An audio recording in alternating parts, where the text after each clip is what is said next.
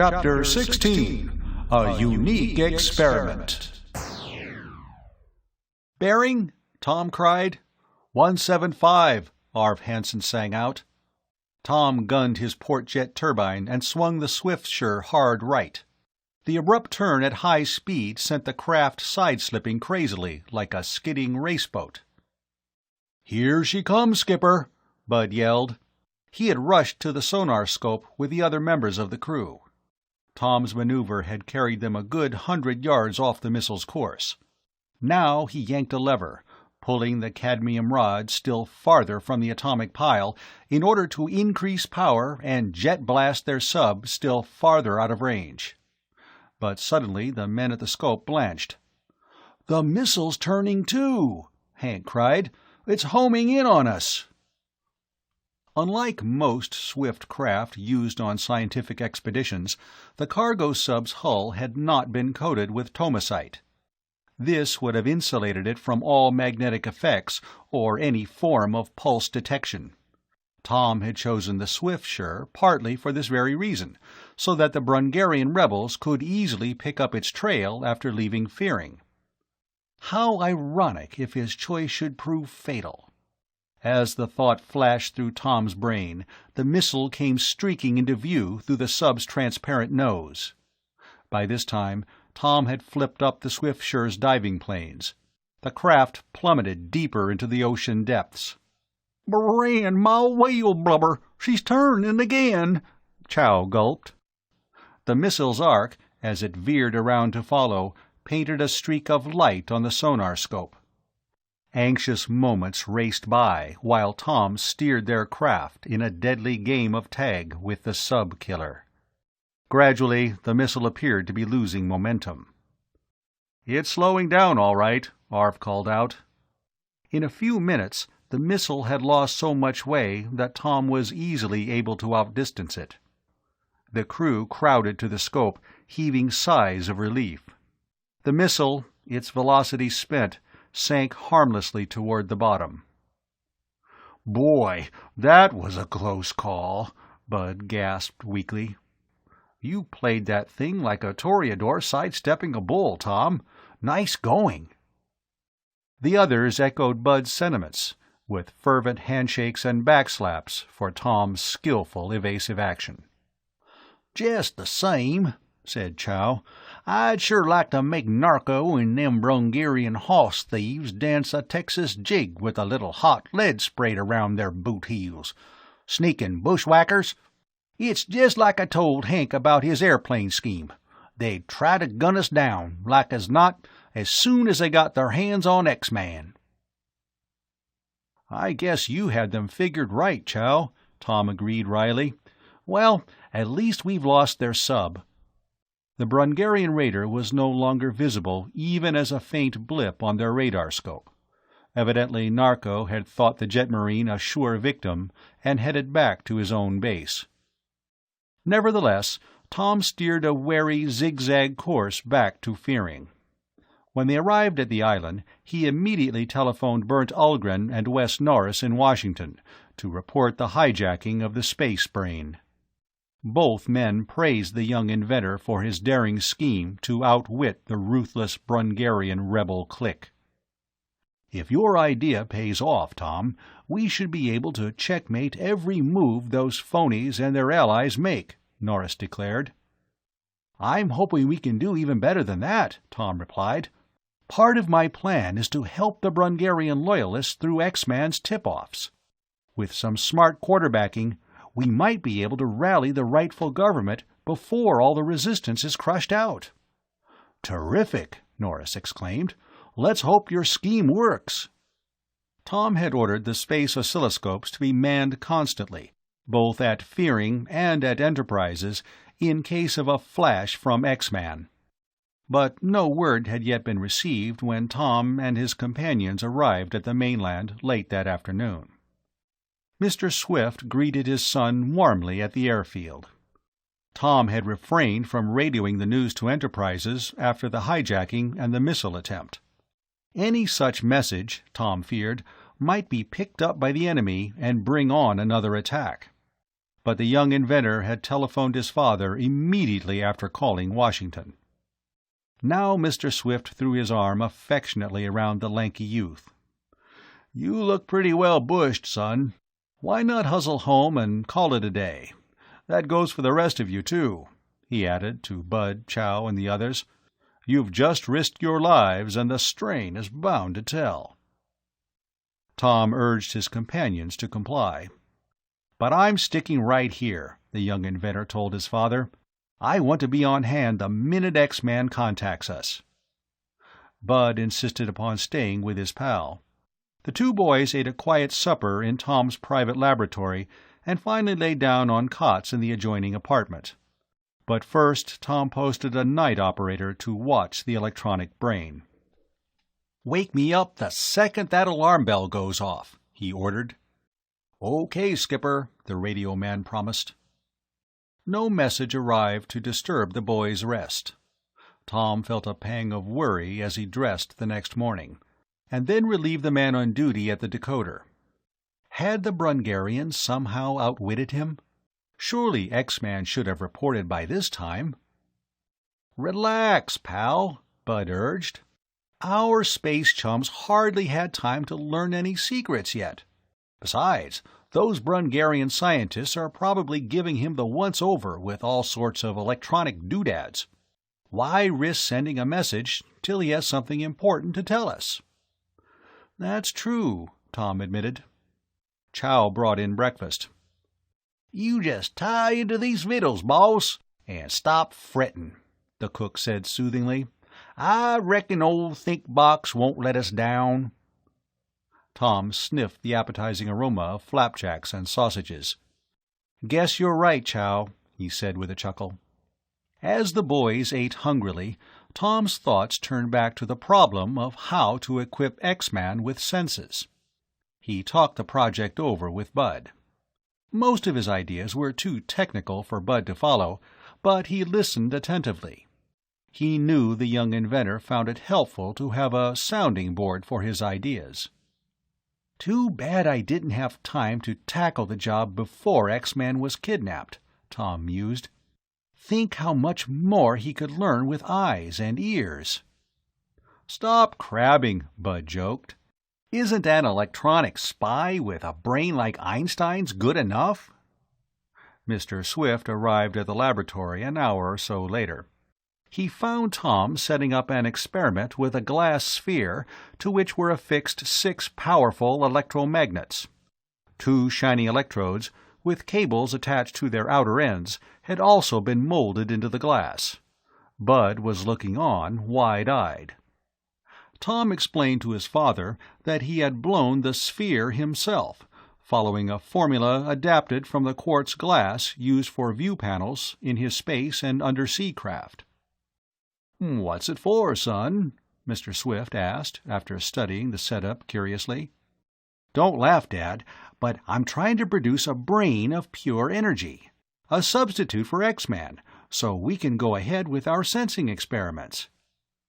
Mr. Swift reacted with keen interest and offered to help. "But remember, son," he cautioned, "at best you can only hope to produce an ersatz brain energy, which will be vastly different from the real thing. Don't forget, Tom, the mind of a human being, or any thinking inhabitant of our universe, is based on a divine soul.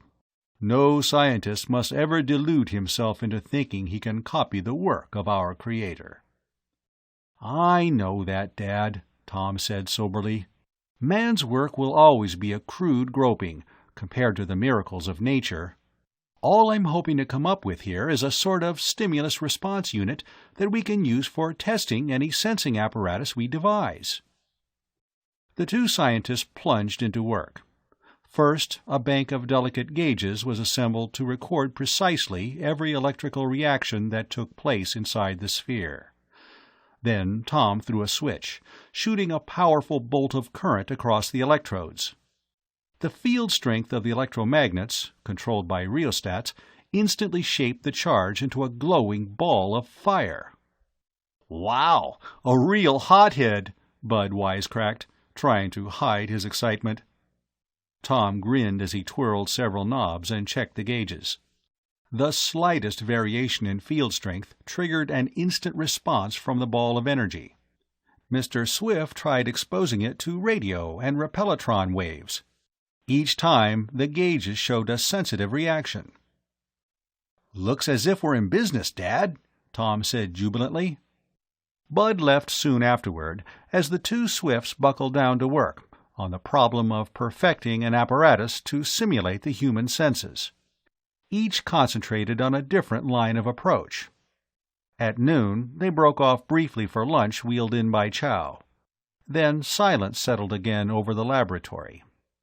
Tom had rigged up a jointed, claw-like mechanical arrangement with sensitive diaphragms in its fingertips. The diaphragms were connected to a transistorized circuit designed to modulate the field current to the electromagnets. Suddenly, the young inventor looked up at his father with a glow of triumph. "Dad, I just got a reaction to my sense of touch experiment." Chapter 17, An Urgent Warning. Mr. Swift looked on eagerly as Tom explained and demonstrated his touch apparatus. By moving a pantograph control, Tom was able to manipulate the claws like a hand with fingers. Whenever they touched any material, the brain gauges instantly registered an electrical reaction inside the sphere. The swing of a voltmeter needle showed how firmly the substance resisted the claw's touch, thus indicating its hardness or softness. "With a computer device, such as we planted in X-Man," Tom went on, "the brain would also be able to assimilate the textural pattern of any substance." "Wonderful, son," Mr. Swift exclaimed. "I hope I can do as well with this artificial sense of sight I'm working on." Another hour went by before Mr. Swift was ready to test his own arrangement. "You've probably heard of the experiments conducted with blind persons," he told Tom. "By stimulating the right part of their brain with a lead from a cathode ray tube device, an awareness of light and dark can be restored." Tom nodded. "Well, I'm using the same principle," Mr. Swift went on, "but with a sort of television camera scanning setup." He asked Tom to draw the drapes and shut off the room lights, throwing the laboratory into complete darkness, except for the weirdly glowing brain in the glass sphere. Then Mr. Swift shone a flashlight at the scanner.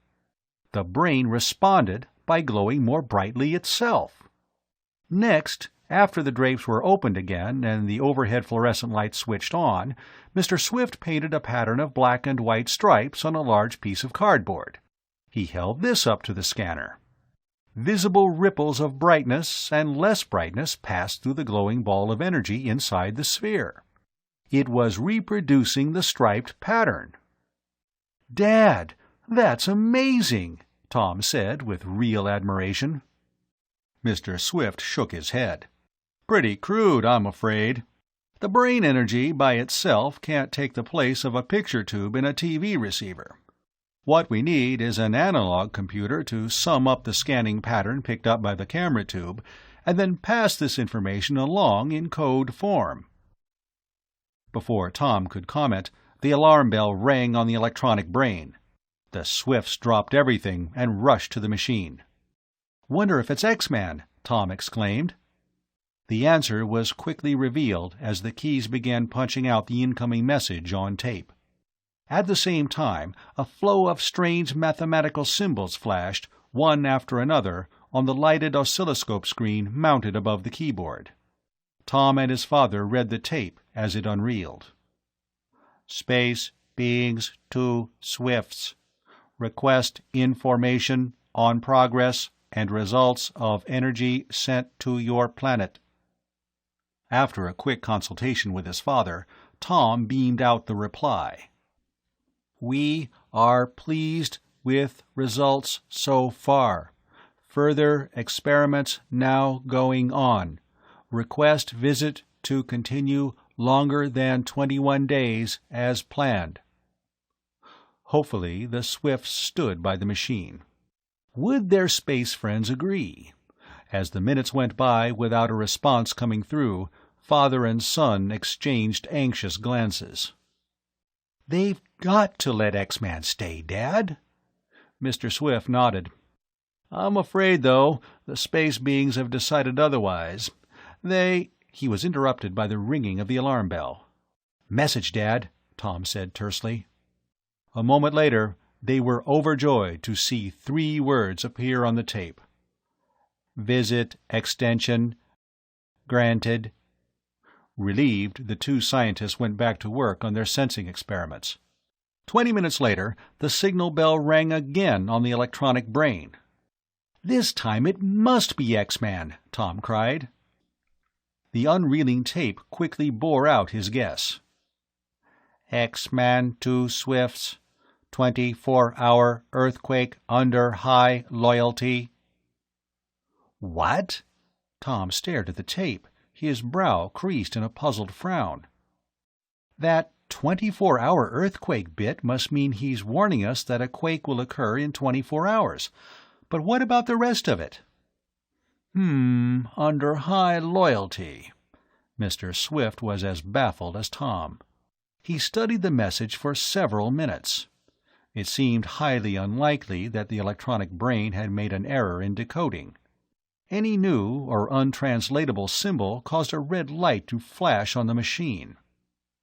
"I think the only thing we can do is signal X-Man and ask for a clarification, Tom," Mr. Swift decided at last. Tom agreed.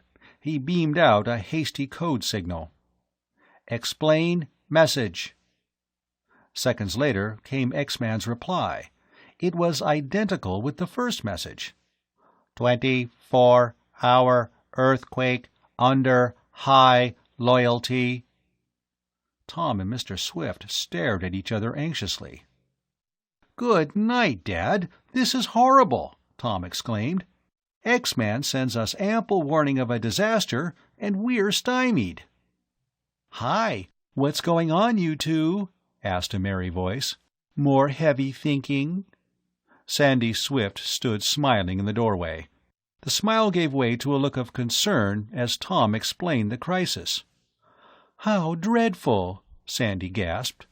"We must figure out what it means. Wait a minute." Tom looked at her expectantly. "Got an idea, sis?" "Well," the pretty blonde teenager hesitated. "You don't suppose X-Man might have been translating some foreign words with a meaning similar to high loyalty? For instance, high loyalty could mean good faith. I know that in Latin good faith would be bona fide." "Sandy, you've guessed it!" Tom crossed the room in a single bound, gave his sister a quick hug, and whirled her around. "X-Man must mean the Bona Fide Submarine Building Corporation. He didn't dare risk telling us the exact translation." "Of course!" Mr. Swift was equally jubilant, but his face was grave as he added, "The company's located on the West Coast, close to the San Andreas Fault. Tom, a quake in that area could be devastating." "You're right, Dad," the young inventor replied. "I'll call Dr. Miles and Bernd Ahlgren at once." The telephone conversation that followed was grim with tension. Both government men begged Tom to take personal charge of the quake deflection measures. Dr. Miles pointed out that tremors along the fault might trigger off a chain of quakes amounting to a national disaster. After a hasty discussion, Tom agreed that he would station himself at the Colorado site rather than at the West Coast Quakealizer installation. This would give him a broader scope for damping out shock waves across the continent. "I'll fly out immediately," the young inventor promised. Ahlgren, meanwhile, would flash orders to the Bona Fide Company and to civilian officials to have the entire area evacuated as soon as possible. Hasty preparations were made for Tom's departure. He telephoned the airfield to have a jet plane with lifters readied for takeoff. He also had Bud paged over the plant intercom. The co-pilot came on the run. When he heard the news, he was eager to accompany his pal. "Listen, you two, I insist you have something to eat before you leave," Sandy declared. Tom was impatient over any delay. When Sandy proceeded to call Chow, the old Texan solved the problem by volunteering to go along as cook. A short time later, Chow came jouncing out to the airfield astride a motor scooter, hauling a cart loaded with supplies. "Good grief," Tom said, unable to suppress a grin. "We'll be back tomorrow, unless something goes wrong." "Bring food, that's my motto," Chow retorted, "like any good cook." Minutes later, after a parting handshake from his father and a worried kiss from Sandy, Tom sent the sleek jet racing down the runway for takeoff. Soon they were airborne and heading westward. Chow served a tasty meal en route. It was still daylight when the jet landed vertically in the Colorado Canyon. The government crew manning the installation and the swift technician who had relieved Art Wiltessa as troubleshooter on the setup greeted them eagerly. "Looks as if we're in for a real test, Tom," said Mike Burrows, the engineer in charge. "Let's hope we pass," said Tom, holding up crossed fingers. He checked every detail of the Quakelizer, power plant, and the communications gear. He opened an inspection panel in each of the dual-control spheres and tuned the kinetic hydraulic units so as to step up the working pressure of the 4 powerful drivers. "Well, all we can do now is wait," the young inventor muttered, wiping his arm across his forehead. Tom passed the night in a fitful sleep, half expecting to be wakened at any moment by the standby crew on watch. No alarm occurred, however. Dawn broke, and Chow delighted all hands with a hearty breakfast of bacon, eggs, and corn fritters. More hours of waiting dragged by. "What time do you think the attack will occur?" Bud asked. Tom shrugged. "The 24-hour business may have been approximate, but I'd say from 2 o'clock on is the danger period." The young inventor checked frequently with Washington and the other crews stationed around the country. Suddenly, the radio-telephone operator gave a yell. "Your father's on the line, Skipper!" The scientist was calling from the receiver computer headquarters at Enterprises. "X-Man has reported a quake pulse will be sent in 7 minutes, at 21:36 GMT. "I'm ready, Dad," Tom said, then asked for various technical details before hanging up. He passed the word to the crew and glanced at his watch. A hasty last-moment inspection was carried out, every man checking certain details of the setup. Soon the pulse-makers began ticking inside the dual-control spheres as they picked up the frequency signal by radio. Tom studied the gauge dials. Tension mounted rapidly among the waiting group. The same thought was throbbing through every mind. Was the nation on the brink of a terrible disaster? Or would Tom Swift's invention safeguard the threatened area? As the deadline approached, Tom pushed a button. The mighty hydraulic drivers throbbed into action, sending out their pulse waves across the continent. Chapter 18, Earthquake Island. Now came the hardest part of all for Tom and his companions, waiting to learn if the shock deflectors had succeeded in blotting out the enemy quake wave. No one spoke. As the silence deepened inside the cave, the suspense became almost unbearable. Minutes passed. "When will we know, Skipper?" a crewman ventured at last. "Soon, I hope," Tom replied tersely. But the waiting seemed endless. Bud's eyes met Tom's. The flyer grinned and held up crossed fingers, just as Tom had done to Mike Burrows the previous evening. Tom managed a feeble grin in response. Suddenly, the telephone shrilled, shattering the silence of the cave. Tom snatched it from the radio man's hands. "Tom Swift here." "Yes?" "Thank heavens!" "I guess we can all be grateful, Mr. Miles." "Providence protected us, I'm sure, Tom," the seismologist replied at the other end of the line. "But in this instance, it worked through Tom Swift's Quakelizers. The bona fide plant and the surrounding area never even felt the tremor. Your quake deflectors worked perfectly." There was no need to tell the others. Tom's words on the telephone and the grin on his face told the story. A spontaneous volley of cheers echoed through the cave as he hung up.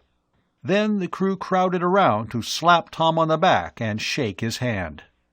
"I hope the whole country learns what you've done, Tom," Mike Burrows said. "If it doesn't, I'll be the first to spread the word as soon as the secrecy lid's taken off." "Shucks, I knew all along Tom's contraption would do the trick," Chow boasted, glowing with pride over his young boss's achievement. Tom could only smile happily. "Guess we can go home now," he said to Bud and Chow. They were preparing to leave when another flash from Washington came over the radio telephone. A ship's captain, 500 miles out on the Pacific, had just reported sighting a great waterspout, accompanied by considerable wave turbulence. "It could have been the spot where the enemy shock waves and our deflector waves met and damped out," Tom commented. "Dr. Miles thinks so too," the caller said. Soon the sleek, swift jet was arrowing back across the continent. En route, Tom radioed word of his latest triumph to Mr. Swift. As always, he used the automatic scramblers to make sure any enemy eavesdroppers would pick up only static. "Great work, son," Mr. Swift congratulated Tom. "I was confident you could handle the situation with your quakealizers." "Thanks, Dad. See you soon." When the jet finally landed at Enterprises and came to a halt on the runway, the control tower operator spoke over the radio. "Harlan Ames would like to see Tom Jr. at the security building. He left word just a few minutes ago." "Roger," Tom replied. Chow frugally carted off his leftover supplies. Tom and Bud, meanwhile, went by jeep across the plant grounds to security headquarters. Ames greeted the two boys enthusiastically. "Nice going on that earthquake situation, Tom," he said. "And now I have some more good news. We've just nabbed the man who imitated your father's voice over the phone the other night." "What?" Both boys were excited, and Tom added eagerly, "Who is he?" "An actor at the Shopton Summer Playhouse." "How did you find out?" Tom asked. "I had a hunch," Ames went on. "If the impersonator wasn't a plant employee at Enterprises, then he had to be a person with a trained voice. That gave me the idea of checking on all the actors and station announcers here in the vicinity. It paid off right away. The guy's name is Brent Nolan." "Have you questioned him yet?" Tom asked. "I'm about to," Ames replied. "Radnor just brought him in." The security chief led the way into an adjoining office. A slender, good-looking young man with blond, wavy hair was seated on a chair with Phil Radnor on one side of him and a Shopton police officer on the other. The actor was visibly nervous and perspiring.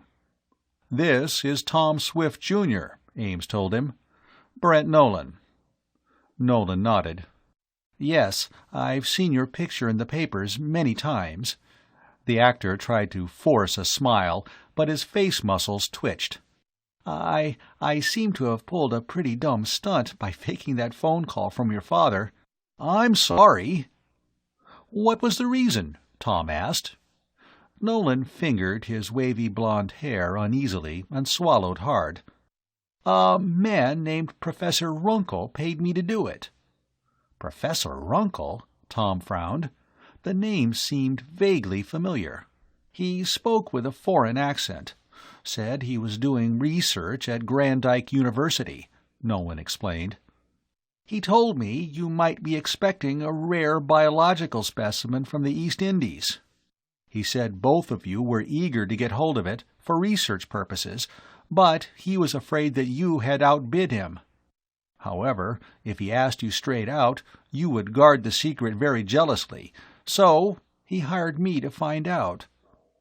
"Didn't it occur to you he might be an espionage agent?" Ames asked coldly.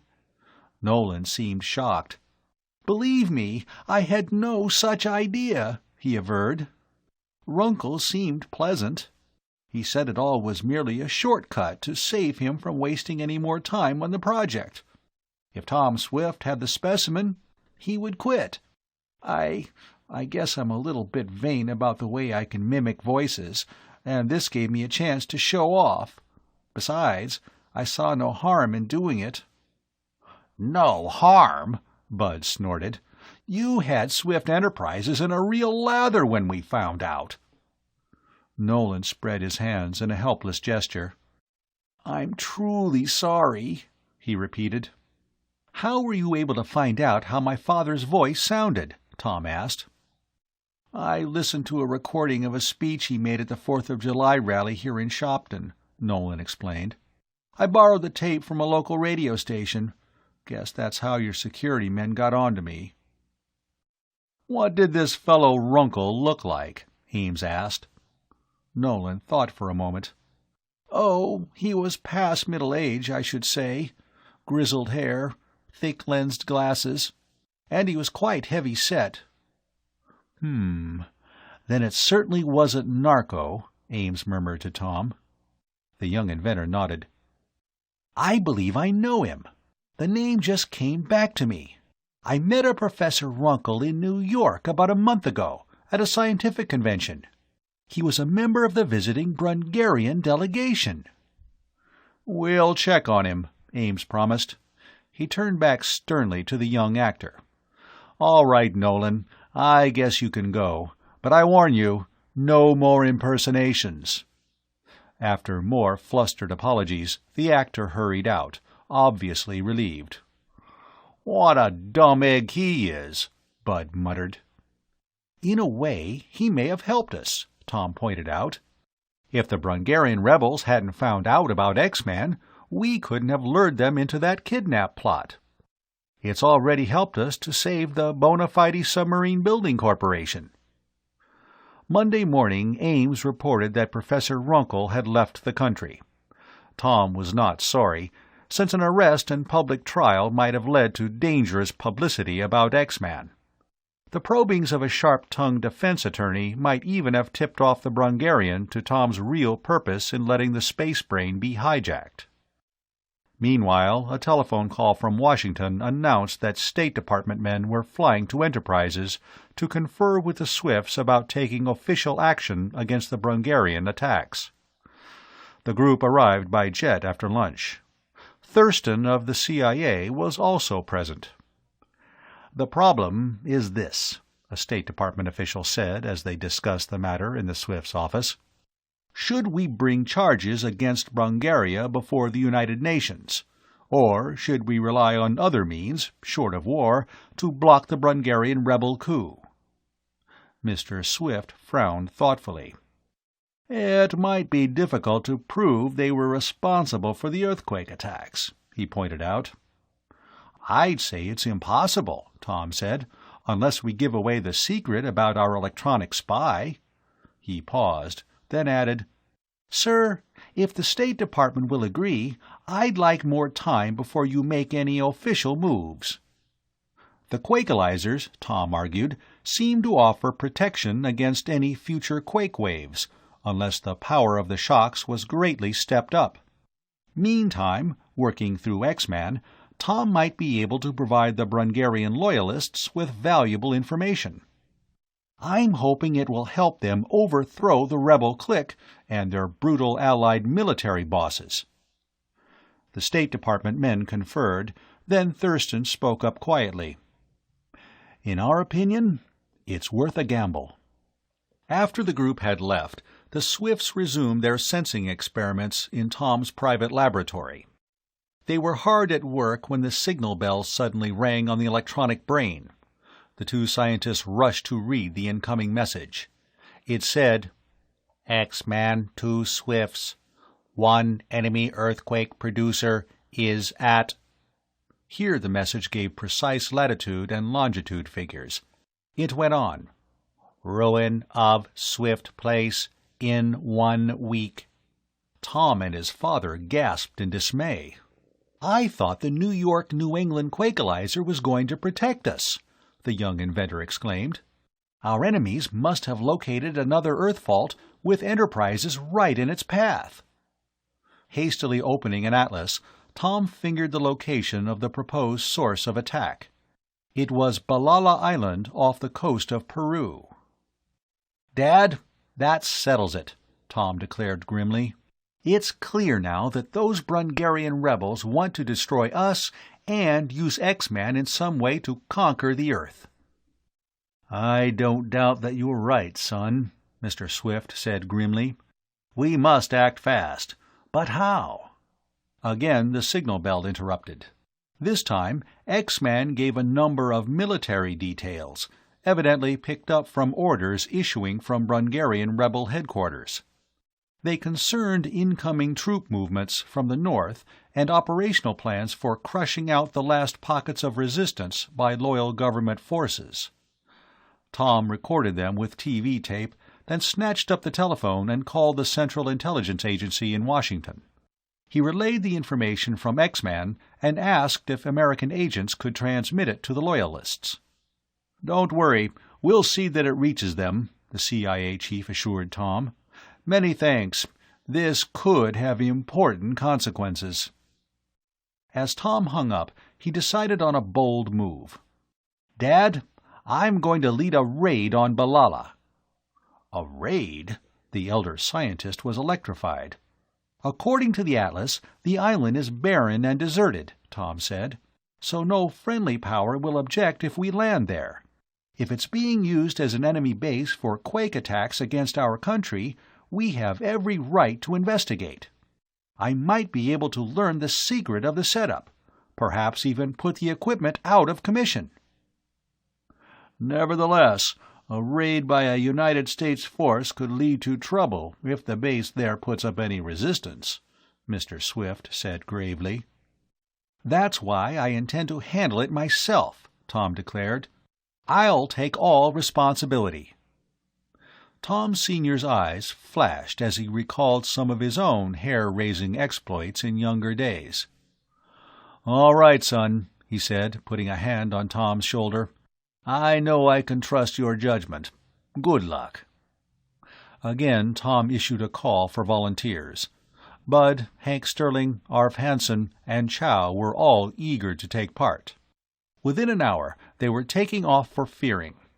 At the rocket base, they embarked in the Sea-Hound, Tom's favorite model of his diving seacopter, a powerful central rotor with reversible pitch blades, spun by atomic turbines, enabled the craft to rise through the air or descend into the deepest abysses of the ocean. Propulsion jets gave it high speed in either medium. Loaded with equipment, the Sea-Hound stretched southward through the skies, first to Florida, then across the Gulf and Central America into the Pacific. Here Tom eased down to the surface of the water and submerged. It was near midnight when the Sea-Hound rose from the depths just off Balala. The lonely, rocky island lay outlined like a huddled black mass against the star-flecked southern sky. No glimmer of light showed anywhere ashore. "Maybe no one's here," Bud murmured. "Don't bank on that," Tom said. "They wouldn't be apt to advertise their presence to passing ships or planes." Tom nosed inshore as closely as he dared from sonar soundings, finally easing the Sea-Hound up to a rocky reef that fingered out from the beach. Then he, Bud, Hank, and Arv clambered out, armed with wrecking tools and powerful flashlights. Chow, in spite of his muttered grumblings, was ordered to stay aboard and guard the ship with the other two crewmen who had come along. Tom led his party cautiously ashore from the reef. They probed the darkness of the beach. Their footfalls sounded eerily in the night silence, broken only by the soughing of the sea wind and splash of breakers. "Good place for spooks," Bud whispered jokingly. A steep draw led upward among the rocky slopes. 100 feet on, Tom's group found the black yawning mouth of a cave. The yellow beams of their flashlights revealed a tunnel leading downward inside. Tom checked with a pocket detector. Its gauge needle showed no field force caused by electrical equipment in operation. "Okay, let's go in," Tom murmured. Cautiously, they moved into the tunnel. Then, suddenly, ahead of them, a powerful, dazzling light burst on, nearly blinding the searchers. Chapter 19. A Fiendish Machine. A chill of fear gripped Tom and his companions as they blinked helplessly in the glare. Had the enemy detected them from the first moment they had set foot on Balala Island? Had they walked blindly into a trap? Gradually, Tom's eyes, and those of his friends, adjusted to the dazzling radiance. A door, blocking the tunnel just ahead, had slid open, and the light was pouring out of a room beyond. "What happened?" Arv gasped. Tom pointed downward to a pedal-like plunger inserted in the tunnel floor. "This must be a switch," he explained. "When I stepped on it accidentally, it must have opened the door and flashed on the lights." Bud whistled. "Wow, let's be thankful it wasn't a booby trap." "Maybe it is," murmured Hank grimly. Steeling their nerves, and with every sense alert, the searchers advanced into the secret room. Tom suddenly gave a cry of amazement. "The earthquake machine!" A huge hydraulic device, with massive steel bed and supporting pillars, looking somewhat like the enormous body presses found in automobile plants, stood embedded in a recess in one wall. Tom rushed to the machine and examined it in fascination. A powerful diesel generator stood nearby, with banks of complicated electrical equipment, amid a spider-web tangle of wiring. Tom assumed this gear was for timing and synchronizing the shock waves. Evidently, the whole setup was operated from a single control panel in the wall, studded with knobs and dials. "What a job of design!"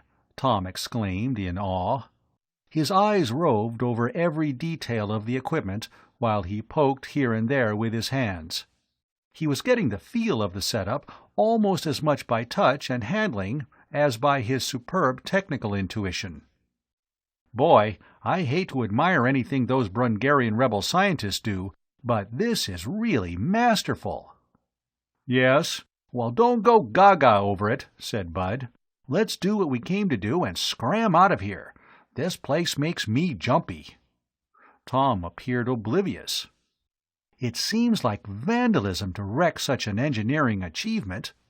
Also, and this may sound strange to you," he went on in a doubtful tone, "are we really justified in taking the law into our own hands?" "They're out trying to wreck our setup, aren't they?"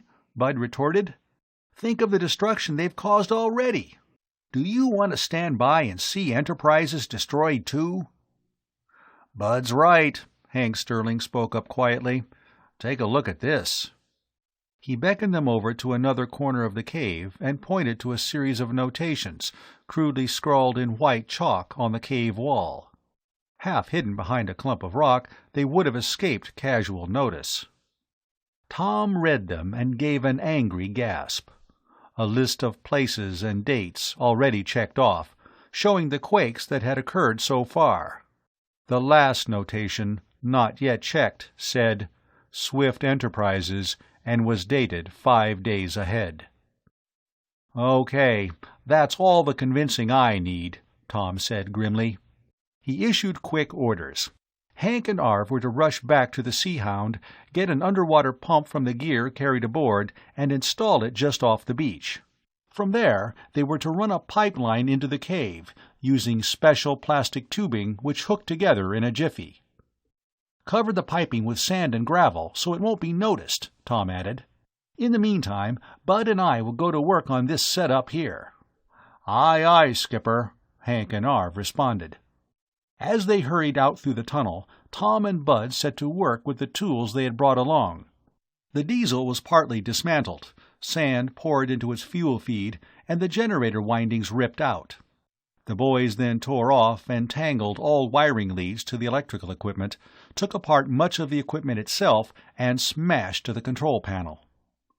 "Boy, if those Brungarian creeps get this setup working again, they're really geniuses," Bud said as he and Tom paused a second. "This is only the beginning, pal," Tom said. "Let's tackle the machine." The huge earthquake device was a far more difficult proposition to disable. Its heavy structural parts had to be disassembled or pried apart one by one. Both boys were streaked with sweat as they finished. By this time, Hank and Arv had the piping installed halfway into the tunnel. Spurred on, as if by a sixth sense of danger, Tom told them to go back to the beach and get the pump working, while he and Bud connected the few remaining pipe lengths into the machine room. Minutes later, their job done, Tom and Bud rushed out to the mouth of the cave and waved their flashlights. Soon the water could be heard boiling through the pipeline. It gushed out with a roar, flooding the machine room. "Let's go!" Tom cried, yanking Bud's arm. As they reached the beach and joined Hank and Arv, Tom's keen ears picked up the drone of a plane somewhere in the darkness. He gave a yell of alarm and pointed skyward. A ghost-like jet came zooming into view, boring straight toward them. All four broke into a mad dash for the seacopter. They were halfway out on the reef when the plane leveled out of its dive with an ear-splitting whine. "Hide!" Tom shouted, fearing a bomb might be dropped. All leaped for cover among the rocks. At the same instant, a fiery beam like a bolt of lightning shot from the plane. It seared the spot on the reef they had just vacated. "A ray gun!" Bud gasped. The plane's speed had already carried it far past the island. Before it could maneuver around for another pass, Tom and his companions were on their feet, racing for the safety of the Sea Hound. They were aboard and clamping shut the hatch lid as the jet made its second pass. This time, its fiery ray glanced harmlessly off the seacopter's tomosite sheathing. Seconds later, the Sea Hound had darted off beyond reach into the ocean waters. "Phew, we really broke all speed records that time," Arv panted. The others looked at him with wan but triumphant grins. Then they began to speculate on what the beam-like bolt was, who was in the plane, and if their enemy knew who Tom's group were. Dawn was streaking the sky when the seacopter arrived at Fearing Island. The adventurers flew back to Enterprises at once. Tom and Bud snatched a few hours' sleep in the apartment adjoining Tom's laboratory. Later in the morning, the whole group gathered in Tom's laboratory to recount the raid to Mr. Swift and Harlan Ames. A bell signal from the electronic brain brought them rushing to the decoder. Grim news awaited them. The message said, "X-Man to Swifts. Your enemies are now sure I am spy. They plan to destroy me." "No, it mustn't happen," Tom cried in dismay. "Dad, I'll rescue him myself." His words were greeted with shocked protests from the others. "Don't be crazy," Bud said. "You wouldn't have a chance." "It would be suicide," Arv Hansen declared. Chow grabbed his young boss by the arm. "Brand my cayenne pepper. Before I'd let you make a blame fool move like that, I'd rope and hog-tie you myself." Ames interjected the most convincing argument. "I know how you feel, Tom," he said sympathetically, "but I'm positive the United States government would never permit such a risky undertaking." Tom was beside himself with anxiety. Not only had he worked and struggled to make the Space Brain's visit a scientific success, but also it was he who had thought of the scheme to use X-Man as a spy. In Tom's eyes, if the Brungarian rebels were to destroy the Brain's body, it would amount to murder. The young inventor knew that the destruction of the body would not destroy the energy, but that it would be lost as far as the Earth was concerned.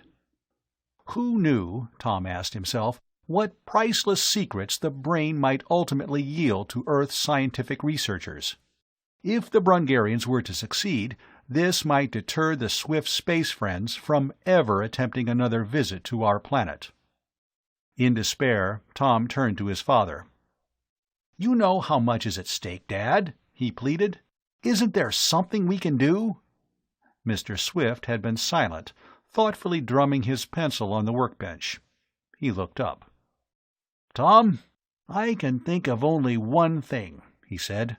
"Perhaps our friends on Planet X can help us. They said they would have no control over the energy until it was ready to return home. But maybe we can get them to help us transfer the energy back here, not by any means of Earth transportation, but by some extraterrestrial means known to their scientists." Tom's eyes kindled with hope. "Dad, that's a terrific idea!" he exclaimed. "Let's try." A message was quickly beamed out into space. Minutes went by. Then the machine signaled a reply. It said, "We will attempt rescue if you will arc a powerful radio beam from point of original Earth landing to point where energy is now." Moments later, a further message followed, giving technical instructions on how to project the beam. It ended, "Notify us when setup is ready." "Yahoo!" Chow whooped. "Brand my space guns! I reckon we'll get old Thinkbox home safe after all." "He's not home yet, Chow," Tom cautioned, grinning but still tense with worry. "Glad you said that, though. It reminds me that the first job on our hands is to build a new Thinkbox for X-Man." With hope alive, Tom turned icy calm and buckled down to the work at hand. Before beginning construction of a new space robot, he contacted X-Man via the electronic brain and asked him for his exact location in Brungaria. The answer came in precise latitude and longitude. Next, Tom radioed instructions for the rescue plan. As soon as X-Man was notified that the invisible force from Planet X was ready to transport his energy, he was to unlatch point 5 of his starhead. He would then be free to attach his energy to the rescue beam and be arced back to the hillside spot near Enterprises, where Tom would have a new robot body waiting. X-Man replied tersely, "Message understood. Will comply." Tom snapped out orders. "Hank, Arv, Bud, and Dad, we can sure use your help, too. Every hour may be precious. We must construct a replica of X-Man's robot container as fast as possible." Every resource of Swift Enterprises was convulsed into action. But for all their scientific miracles, the staff could not perform magic. The complicated robot device required hours of highly skilled construction. Darkness had fallen by the time the energy container was ready. Meanwhile, a powerful transmitter and directional antenna had been set up at the hillside spot. Extensive reports on the condition of the ionosphere poured into headquarters. The Swifts and their small group of trusted associates trucked the new robot and the electronic brain out to the site. Tom then signaled his space friends that he was ready. They responded with the exact time for the rescue attempt. Tom transmitted the information to X-Man, who replied, "Danger near. Brungarian scientists ready to destroy me." "Great bellowing buffaloes!" Chow gulped.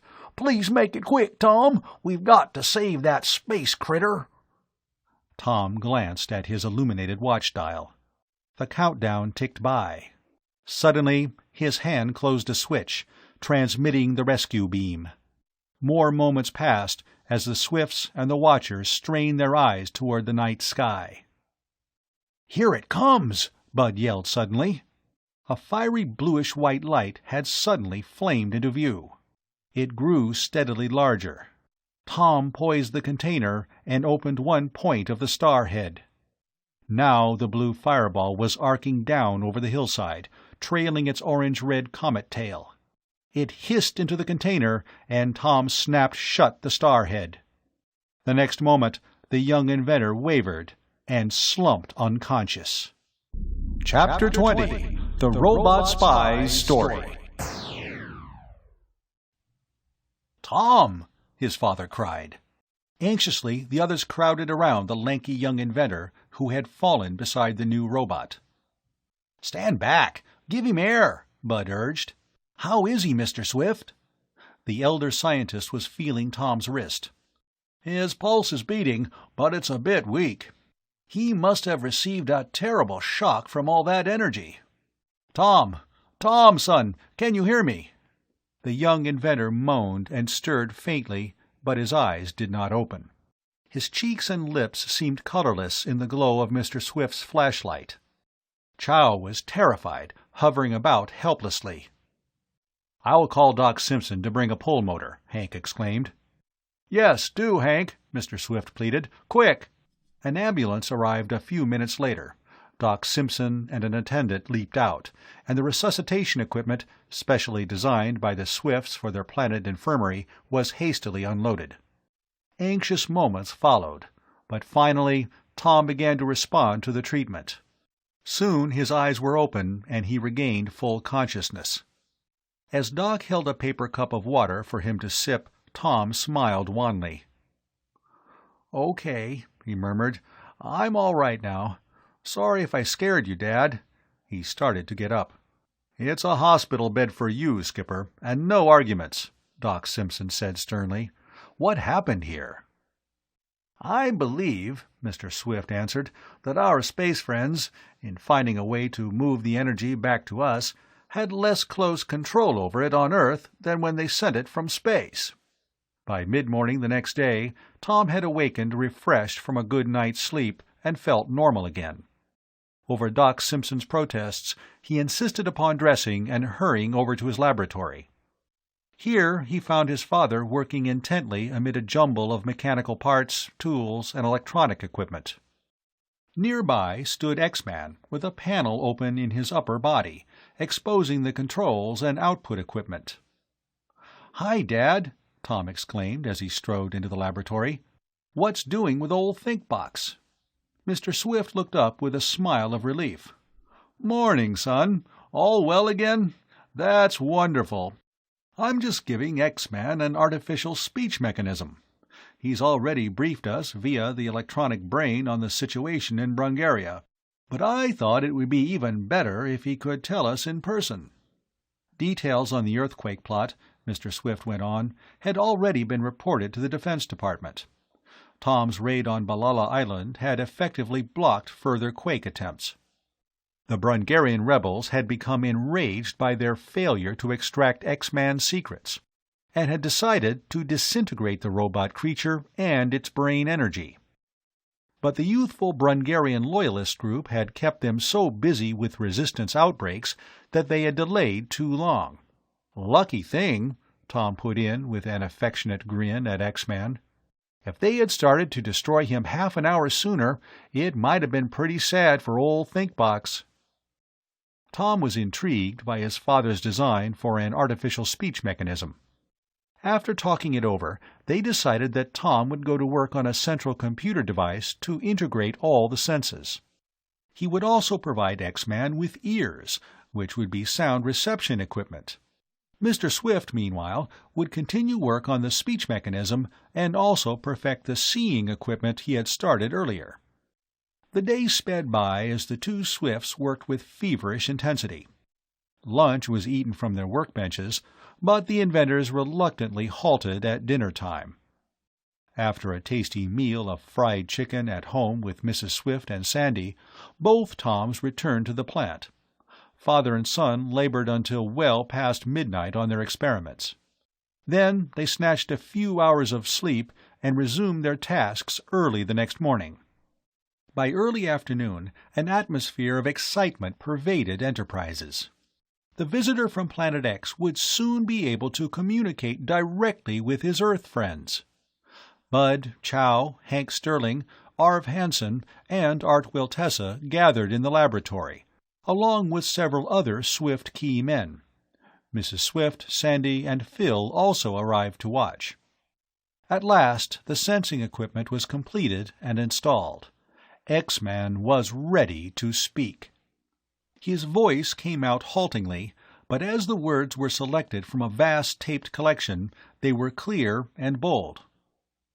"Greetings to you, my Earth friends." Sandy gave a squeal of delight, and the room echoed with applause for X-Man's first effort. After a few adjustments, he was able to speak more freely and smoothly. Tom whispered to Phil, "Confidentially, we had a dummy run before lunchtime.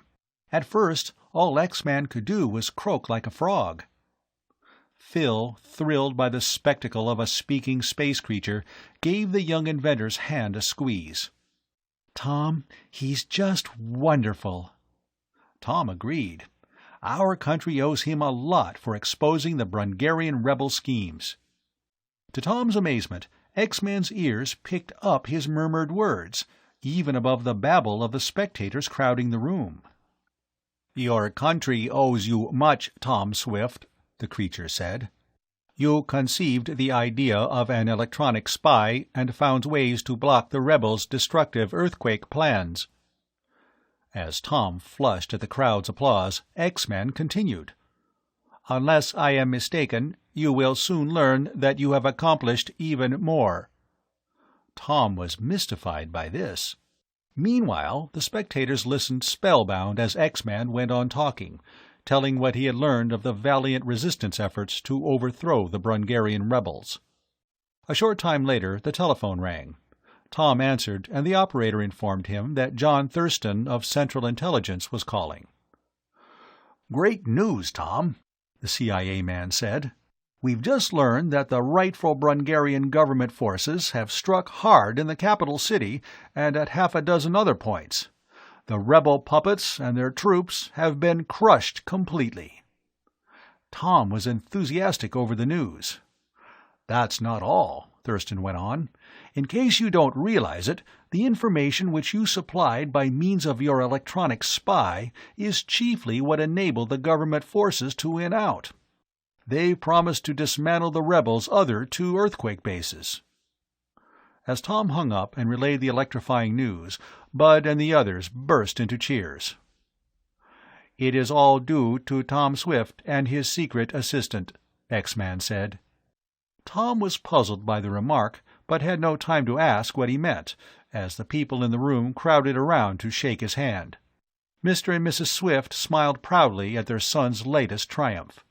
Phil and Sandy expressed their feelings by giving Tom a quick kiss. "Hey, where do I come in?" Bud protested.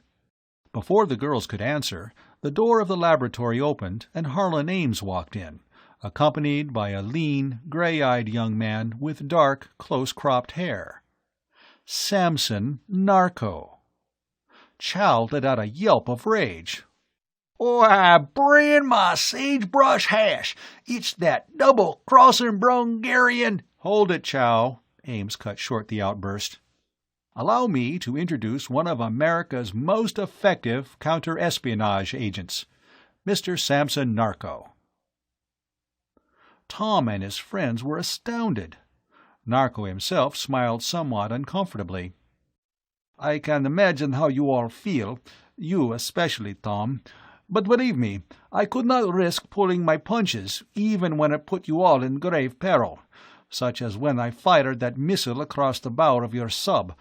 I could only hope that Tom Swift would succeed in eluding us." Ames quickly briefed the others on Narco's background. Brungarian-born, he had received his engineering training in the United States and had learned to love America. When he saw his own country threatened by the forces of dictatorship, he had secretly offered his services to the CIA against the rebels. Soon afterward, the agency had approached him to become a counter-spy. "I dared not relax my role as a spy for a moment," Narco added. "I even grabbed the chance to plant that cache of firearms in Latty's cellar to convince any rebel agents who might be watching me that I was on their side. Tom, the rebels gave me the job of hijacking your space robot. But, going on the brief messages that the CIA was able to get through to me, I guessed that you were using it as bait." "I guess we all owe you an apology," Tom said, "and our thanks. We were lucky to have you on our side." He saved the lives of a number of Loyalist prisoners and gave the government forces some vital tip-offs of his own, Ames added. As Tom shook hands with Narco, the young Brungarian said warmly, "It is good to know that Tom Swift is my friend." With a chuckle, Narco added, "I know from experience that you certainly make a dangerous enemy." As the others gathered around to speak to Samson Narco and add their friendly congratulations, Bud slapped Tom on the back. "Well, Skipper, what's next on the schedule?" For a moment, Tom did not reply. He, too, wondered where his next scientific adventure would lead him. Finally, Tom turned to Bud. "I'm not sure, but who knows what space secrets X-Man may have up his mechanical sleeve?"